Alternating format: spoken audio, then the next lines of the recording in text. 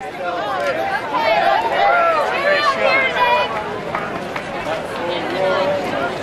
out here today because Robert Gates, the commencement speaker, is a warmongering mass murderer. Make no mistake about it.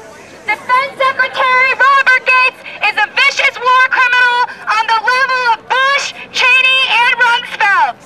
Let me remind people, the wars in Iraq, Pakistan, and Afghanistan are completely illegitimate. The Bush administration told the Army to draw up plans for the CIA for war in Iraq after 9/11, even though the CIA said no other state was responsible for 9/11.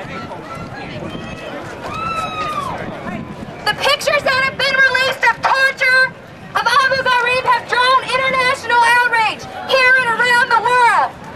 No, Gates didn't initiate the war. No, Gates didn't open up Guantanamo Bay. But he is not a clean, bipartisan face that came into the mess of Iraq.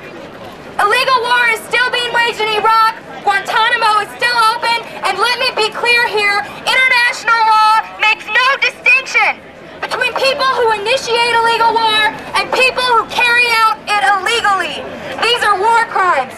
There is no distinction between those that opened up the death camps of Auschwitz and those that continue to pour Jews into gas chambers.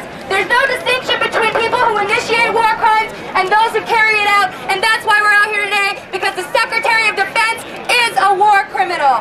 1 month after he was appointed, he sent a surge of 20,000 troops into Afghanistan, doubling the amount of people that were killed. The deaths, 24,000 people that he was responsible for killing because of the surge. This was more than 2003 and 2004 combined. The whole world knows that this is a war based on lies. And what does Gates do? He expands the war. He surges troops into Iraq. He surges troops into Afghanistan. And I gotta say too, the indiscriminate bombings of civilians, torture, and hundreds of other documented crimes are being continued underneath the Obama administration. April 4th, 2000.